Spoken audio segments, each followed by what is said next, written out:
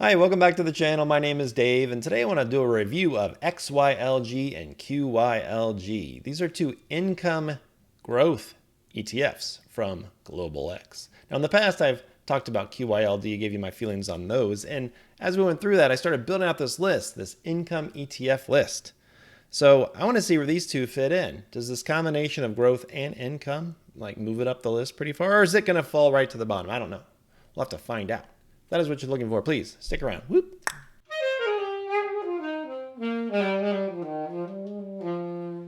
As I mentioned, I previously did a review of QYLD. I will link that up above so you can take a look at it. Now, I'm not anti-QYLD, but I'm also not a buyer of QYLD. I think if you've got a use case, all the more power to you, have some. Now, I think you should surround it with some growth. And that brings us to these two funds. Maybe it makes perfect sense to have something like this in your portfolio, so we'll talk through that. But I think to really understand the difference between these two, we got to talk through how this thing functions. So we'll take a look, but with QYLD, they sell basically an at-the-money 30-day call against the whole fund. But with these G versions, XYLG and QYLG, they only do it against half the fund. That means you get to generate a nice big premium that you can distribute out to the shareholders. At the same time, you can have half the fund available for some growth. So I can do both these reviews at the same time because they're essentially the same thing. QYLG that you're looking at right here, this is the key information, is based on the NASDAQ 100, whereas XYLG will be based on the S&P 500 index. But essentially, they're the same thing. Inception date, they both started 9/18 of 2020. Total expense ratios, 0.6% or 60 basis points. That's pretty steep. Net assets of only 71 million. So it's a tiny fund. It's new, but it's really tiny at the moment. Not a lot of buyers just yet. And you can see down here distribution yield of about 5.4%, and it's payout out every single month. And if we hop over to the XYLG key information, same thing, same date, same expense ratio, net assets of 43 million, even smaller, and a distribution yield of about 5.5%, again, paid out every single month.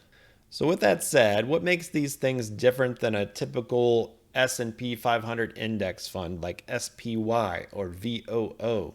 Because they own the same stocks within these funds. The difference is this buy right strategy down here at the bottom. So they sell a covered call against this fund out about 30 days at the money. That means at the current price. And they do this against 50% of the fund because this is the XYLG version, and the XYLD version sells against the full fund value. So they're doing this to collect a big premium, and they want to use that to distribute out to the shareholders. But when they do that, there is risk involved. So owning XYLG or XYLD for that matter is just like owning the S&P 500 index fund. The difference is this covered call strategy. And I just consider it a side bet. You ever go to Vegas and you're playing blackjack and they offer this little side bet over here? It has nothing to do with the hand that you're playing. It's a side bet, and that's exactly what this is. But with the side bet, you can generate lots of income, or you can have an expense against what you sold in the first place. So let's talk through exactly how this works. So to illustrate this, let's set up a trade in Fidelity on SPX. That's the S&P 500 index. And with index options, these are called European style. And you know, I love European style. And these are just simply settled in cash. You can't close them out during the month. It's basically at the beginning and at the end, and what's the transaction. So in this case, we're selling to open one call contract. But what they're going to be doing, they're going to be doing against 50% of the fund because this is the growth version. They do it 100% of the fund against XYLD, but 50% here. So sell to open one call contract with an expiration out about a month. I picked September 23rd and a 42.30 at the money strike price because it's at the current price of the index. If we do this at market, we're going to collect about $10,149. Right now, we put that in our pocket. But at the end of the month, we might have to either keep all of that, which would be great. We might have to get part of it back. We might have to give a lot more than that $10,000 back. So depending on what happens. Now let's take a look at those three different scenarios and see how this plays out. The first scenario from day 1 to day 30 on this SPX 30-day at-the-money option is that it just trades sideways, and this expires naturally at the end of the month, still with SPX at 42.28. That's the perfect situation because you keep all of that premium and this option just expires. That $10,149 is yours. Now, of course, they're doing this on a much larger scale, either 50% of the fund or 100% of the fund. So they'd be stuffing their pockets. In this case, that represents about 2.45% return. Just think 2.5%, and we'll come back to that later. And if you annualize that, it's over 26%. Outstanding. Do that. I put all my money into this fund if I knew SPX was just going to trade sideways. So that's the best case scenario. So the second situation here is if the index over the course of the month drops from 42.28 down to 41.50. It could drop to anything, who knows. But remember, we have a side bet. So keep coming back to this side bet. Because if you just owned VOO or SPY, you'd be out that money, it would be down. And you'd be sitting there wondering what to do. But in this case, we sold an at-the-money call and we collected $10,149, or about 2.5%. So if it does drop 2.5%, but we collected 2.5%, we're basically breaking even. Anything more than that, obviously we're starting to lose, but not nearly as badly as if you just owned the index itself and didn't sell that at-the-money covered call. The third scenario is the bad one for us because we don't get to participate in the upside very much, I would say. We get to get a little bit, though. Let's understand how this works. So SPX at 42.28, let's say it settles at 4,400 at the end of the month. Well, our break even was 43.29 because we did collect $10,149. So essentially, that's our break even where we have to give the $10,149 back. Anything above that, we got to give more. And we'll take a look and see what that looks like. But think about what we have here. And, some people run away from QYLD, but it's better than a coin flip. That's what I have written down there. So let's look at this next slide just to kind of understand how that coin flip works. Because if you sit there, we think about this as a side bet or a volatility play. So how bad will volatility be this month? Anything below that white line, we win, right? And anything above that white line, up to our break even, we win. So let's say you flip a quarter and tails is below the line and heads is above the line. You flip it, flip it, flip it. Well, every now and then, of course, it's going to come up heads and it's going to be above that white line. But we're still okay. We still get up to the red line. So you have to go break out your old Dungeons & Dragons set from 1980, get out the 20-sided die, and you're going to throw that thing out there. And if you roll a 1 or a 2, well, then you only have to give back 1% or 2% of the 2.5% that you collected. But if you roll 17, 18, 19, or 20, you get like that double damage berserker attack, and then you're in a little bit of hot water. And we'll take a look and see what that might look like. So to illustrate this, let's go back in time 1 month, and let's suppose that we did just like that first trade, and we said sell to open, 1 contract, 1 call contract at the money. Now let's fast forward 30 days, and that's what you're looking at here. So go back in time. I did this a month ago, and now I want to buy to close that contract, and it's going to expire tomorrow on Monday, and the strike price was 41.30, and the index took off. It went all the way to 42.28. So now what do we have to do? Well, we have to pay for that intrinsic built-in value in that option. In this case, it's going to be $9,946. Remember, we collected about $10,000. So this is kind of like our break even, right? Because 41.30 is about 100 points below that 42.28. That gets us that $10,000 value. So that's kind of our break-even scenario. If we did this about a month ago, and it does go up about 100 points in this scenario, we break even.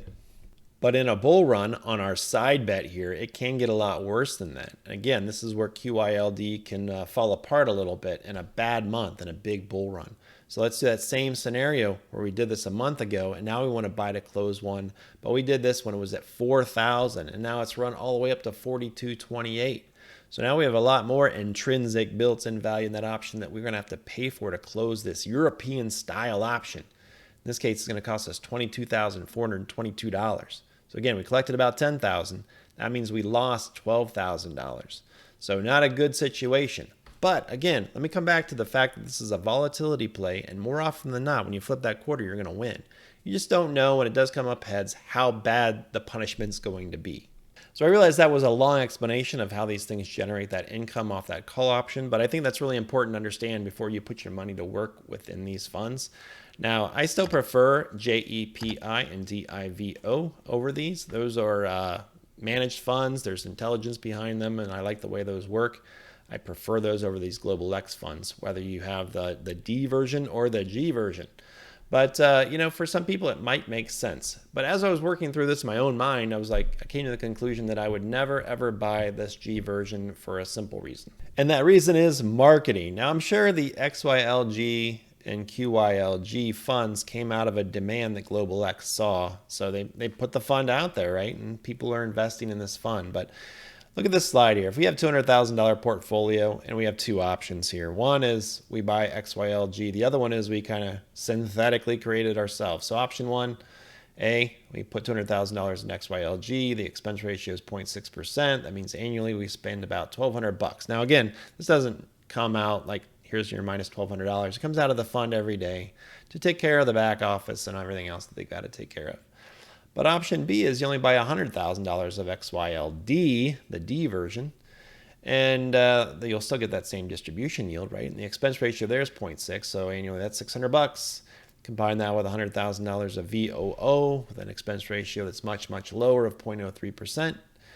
And annually that's going to be $30. So total, you're out $630. So I say thank you for the extra $570 for making a couple of button clicks. And that's why I say it's kind of a marketing gimmick once you start digging into it.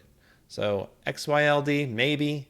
XYLG, no. Unless there's just some nuance that I'm missing, I would not be an investor. So for now, there's only one answer. I'll treat these ETFs like Dr. Evil taught me to treat my kids. You're the Diet Coke of evil.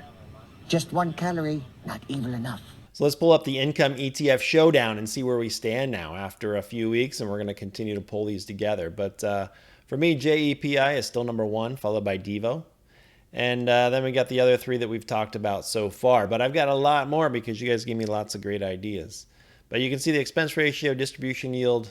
They are all monthly income ETFs in this case. You can see that's assets in billions. So we've got 11.55 in JEPI. Wow, that thing's growing like crazy. There's a lot of people jumping on the JEPI bandwagon these days. And you can see the 1-year total return. I think Devo's actually moved ahead, but this is my source from Fidelity, so it should be at the end of last month. And do I own it? You can see yes, yes, and no, no, no. So that's the tail of the tape as it currently stands. I'm going to continue to add to these. Again, if you got some great ideas, ask me down below. And speaking of great ideas, here are some of the ones that you guys have asked about. So these are up and coming. NUSI, RYLD, XYLD, BST, not sure about that one, SCHD, JEPQ, sister to JEPI, so we'll probably like that one, DGRO, and SVOL.